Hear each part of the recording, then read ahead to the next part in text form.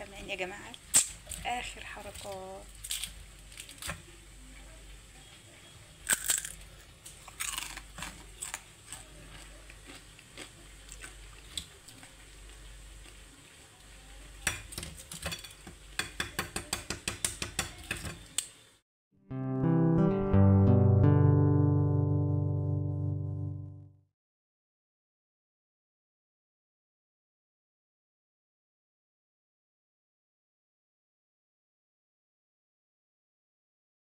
السلام عليكم، أهلا بكم. صلوا على سيدنا محمد عليه الصلاة والسلام. جبنا فرخة يا جماعة الكنتاكي بقى، وداعا للخواجة وأهلا بالمصري الصميم والأصيل. جبت فرخة. زي ما انتوا شايفينها كده، هي كانت 2 كيلو وجرامات. همسكها اقطعها بقى كويس معاك اهو عشان تعرفوا الطريقة بتاعت التقطيع السليمة. يلا بينا يا اخواتي، هنشوف بقى الطريقة المظبوطة لتقطيع الفراخ عشان هنعملها كنتاكي بإذن الله، وشغل فاخر من الآخر، واللي يحصلنا يكسرنا وكل الحاجات هنعملها بقى تمام. ولا الحوجة للخواجة ولا بلاد الخواجة، احنا نعمل احسن منه مليون مرة بإذن الله. وتغيير، والعيال اللي بتحب الحاجات دي وبيحبوا الكنتاكي والستريبس والكلام ده كله، فيلا بنا بقى نعمله في البيت وداعا للتكلفة والمصاريف اللي على الفاضي.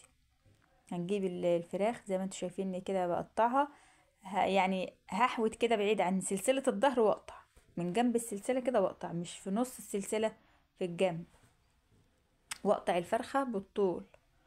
وهمسكها بقى اقطع الحتة اللي ورا دي ملهاش اي لازمة، هقطعها تمام كده، تمام كده. وهقطع بقى الجوانح، الحتت الرفيعة في زعاب الجناح دي بتبقى زفرة، بتعمل الزفرة في الفراخ، فياريت تقطعيها لان ملهاش لازمة اصلا. همسك النص هقطعه ربعين زي ما انت شايفة كده، من عند المفصل بتاع فخدة الفرخة، وتقومي ايه قطع زي ما انت شايفة كده. وهمسك الصدر برضو اقطعه نصين، يعني لو الفرخة اللي معاكي اكبر من كده اعمليها قطعي الصدر 3 قطع. انما لو هي 2 كيلو وجرامات بسيطة تمام، قطعيها ربعين، قطعتين كده. خلاص انا قطعتها بقى، همسكها بقى اغسلها الغسلة التمام بالطحينة والليمون والدقيق والملح كده، واروق عليها الترويقة التمام بقى اللي ما تبقاش فيها اي ريحة ملهاش لازمة. وارجع لكم تاني عشان ندخل على الخطوة اللي بعدها. هي ما شاء الله قطعت كتير وفرطت لحمة كتير، ما شاء الله قطع كتير قوي.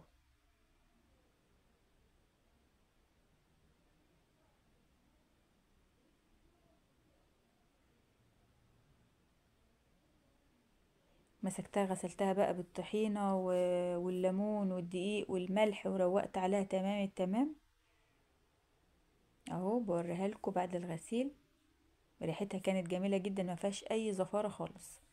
هجيب بولة معايا بقى واحط فيها ايه، نص شفشق مية او كوبايتين مية كبار. وهجيب التوابل بتاعتي بقى اللي هنتبل بيها الفراخ. توم باودر، بصل باودر، بابريكا، شطة حمرا، فلفل اسود، كزبرة ناشفة، بهارات فراخ. دي بديل مرقة الدجاج يا جماعة، بديل مرقة الدجاج، لان انا ما بحبهاش وما بفضلهاش في الاكل، لان لها اضرار جسيمة جدا على الصحة، فبلاش منها اصلا. بهارات الفراخ دي كلها توابل طبيعية وحلوة، ما فيهاش اي ضرر خالص. ومعلقة ملح حلوة، واقلب كله الاول في المية كده، كله هدوبه كويس. خلاص كده انا همسك الفراخ دي عشان انا ماسكه الكاميرا بايد والبصور بايد، فمش عارفه امسك الورك بايدي يعني، بس انا مسكتها بقى ايه، بوريكم ان انا هدغسها كلها كده ايه بالسكين، كلها هفتحها فتحات بالسكين زي ما انت شايفه، عشان تمتص التتبيله بتاعتها في اسرع وقت، ما تاخدش منك وقت. التتبيله هتقعد قد ايه؟ والله ممكن تعمليها من بالليل للصبح، يبقى كده كتر الف خيرك، وكده هتاخدي نتيجه تمام التمام.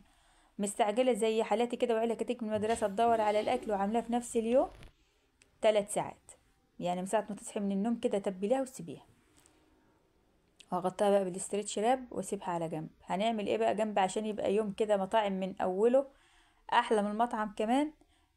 رز بسمتي معايا، مسكته غسلته ونقعته. اتنقع قد ايه؟ نقعته ساعة. هجيب بقى حلة معايا واحط فيها معلقة زبدة او معلقة سمنة او زيت، المتاح عندك حبيبتي اعمليه. دي سمنة صفرة، هسيحها بقى كده اهو زي ما انت شايفة كده. هسيحها كويس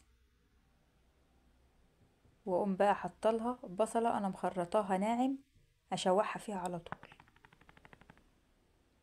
زي ما انت شايفة. وبعدين هقلبها كويس اوي لحد ما اشم ريحتها، وبعدين احط لها 3 4 فصوص توم مفرومين واحدفهم على البصلة يتشوحوا معاها. هتلاقي ريحتهم طلعت بقى فحفحت كده وملأت الجو. هنقلبه كده كويس قوي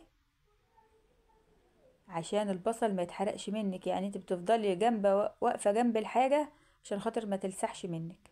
هحط لها كده ايه معلقة فلفل اسود لطيفة.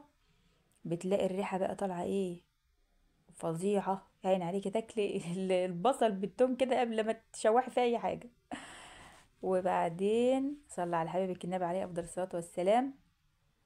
غسلت الرز بقى انا نقعاه، صفيته كويس قوي في المصفى وقمت مشوحة عليهم كده بقى. الصدمة اللي خدها دي يديكي بقى ياخد نفس البصل والثوم مع بعض فظيع، تلاقي طعم الرز معاكي حتة تانية خالص،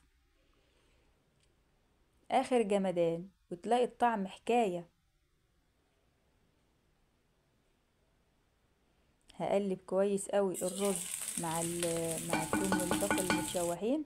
ودي معلقة كزبرة ناشفة، معلقة فلفل اسود، معلقة بابريكا، وهقلبهم حلو قوي. وهكون ضربة طماطمتين صغيرين كده في الخلاط، او لو عندك معلقتين صلصة شغال، او معلقة كبيرة صلصة. انا بقى ما عنديش صلصة، فضربت طماطمتين صغيرين كده في الخلاط وضفتهم على الرز، وهقلبهم كويس قوي مع بعض لحد لون الصلصة الطماطم ما يتغير معايا. هفضل اقلب كده لحد اللون بتاعه ما يتغير ويدوب في الرز. يدوب بمعنى يعني تحس ان الرز كله بقى احمر كده، ما عادش لون الطماطم صريح كده. وهقلبهم حلو قوي كويس زي ما انت شايفه كده، لونه بقى جميل اهوت.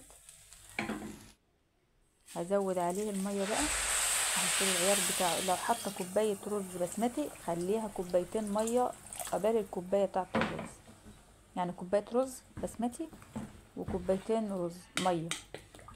ده غير الرز المصري بيعوز ميه كتير. فكوبايه الرز اللي معانا حطينا عليها كوبايتين ميه، وحطينا الملح بتاعه وقلبناه كويس. وهنغطي عليه بقى ونسيبه يستوي وياخد حقه تالت ومتلت، وندخل على الخطوة اللي بعدها. هو كده خلاص اتشرب، فانا لازم اقلب. ليه؟ شفت البصل اللي على لا تقلبي بقى عشان البصل والحاجات اللي هي رطبت على الوش دي كله يختلط ببعضه بقى، وما تلاقيش اثار للبصل ولا الحاجات دي كلها في الرز. يدوب بقى، يدوب بقى، وتلاقي بقى الطعم جامد. شايفه اللون عامل ازاي خطير. والله الطعم ده والله العظيم كان الطعم ما شاء الله جميل جدا. الطريقة دي مضمونة 100% بإذن الله، بس امشي على الخطوات مظبوط. هتقلبيه بقى وبعدين تنقليه الحلة على العين الصغيرة اللي عندك على البوتاجاز وتهديها، وتسيبيه بقى مع نفسه لحد ما يستوي خالص. انا خلاص كده مسكت صفيت الفراخ، صفيتها مش نشلتها. صفيها، خدوا بالك من التكايه دي عشان التوابل اللي كانت في الميه ترصب على الفراخ ما تنزلش في الميه. جبت معايا بوله فيها ميه، وجبت معايا بوله فيها دقيق منخول ونضيف. وهمسك بقى الفراخ بتاعتي اقلبها في الدقيق، واطلعها من الدقيق بسرعه احطها في الميه، واطلعها من الميه احطها في الدقيق تاني. وامسك بقى التكايه الجامده بقى تحطها في مصفى عشان خاطر لما تنخليها كده دي اللي بتعمل فيها القشور وبتعمل فيها القرمشه الخرافيش اللي بتبقى على الجلد من بره بقى، وبتعمل قرمشه والشكل بتاع الكنتاكي اللي انتوا عارفينه ده، فاهمين؟ فانت اما تمسكها تنخليها كده من الدقيق بتبقى جميله قوي. اهو زي ما انت شايف، هو الدقيق مش عليه اي حاجه خالص، هو دقيق فقط، لا عليه نشا ولا عليه اي حاجه، ولا ملح ولا توابل ولا اي حاجه. شوفي بشخلعها اهو في المصفى وامسكها بقى ايه، الزيت زيت غزير، يعني في حله عندك تكون ايه صغيره ملمومه كده، وتقومي ملياها زيت. تمام، لازم يكون زيت، ما تلحسيش الحله اللي تلزق منك وتبوظ. وبعدين بقى ايه زيت غزير زي ما انت شايفه كده، ويكون سخن، واقوم ساقطه في حته الكنتاكي بتاعتي. اول ما تغلي معاكي غلوتين هد النار عشان يستوي وتطلع منك زي العسل كده وجميله، ويبقى شغل ايه تمام كده. ببص بقى على الرز بتاعنا كده واشوف اخباره ايه، استوى ولا لسه. شايفين يا جماعه مفيش حبايه ماسكه في اختها، ما شاء الله، ومستوي جميل. لان هو بتبقى فرق حاجه بسيطه بس كده بين الحلو والوحش، ما تستعجليش على الحاجه عشان تاخدي ايه حاجه حلوه. شايفين ما شاء الله، شايفين القشور بقى تحت الكنتاكي بدأت بقى ايه، النتائج والبشائر بدأت تهل اهو.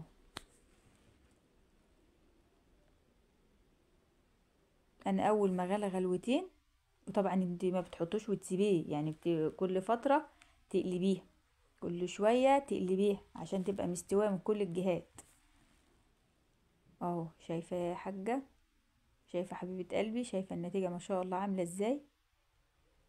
طبعا احنا هنكون حاطين في ريحنا سلة، سلة ما تكونيش حاطة طبق وحاطة فيه مناديل او رغيف عيش مثلا في طبق وحطاه وتطلع عليه كده، هتبشنن منك وتبقى مزيتة ولا ليها اي لازمة، وهترجع تشرب الزيت اللي هي سرداء، وهتبقى ايه عكعكة كتير. انت بتقوم جايبة سلة وتقوم حطها على طبق او على او بولة كمان، وتقومي بقى مطلعة فيها الحتت بتاعة الكنتاكي اهو زي ما انت شايفة. بدأت اطلع. هتقولي قعدت في الزيت قد ايه؟ ممكن اقولك قعدت على الهادي كده ممكن تكون نص ساعة، ساعة الا ربع. تمام، عشان تستوي وتاخد نتيجة محترمة ما شاء الله، اللهم بارك زي ما انت شايفة كده. ده كان بقى الفاينل بتاعي بعد ما خلصت شغل وتحمير. شايفين يا جماعة ما شاء الله، سامعين يا جماعة اخر حركات.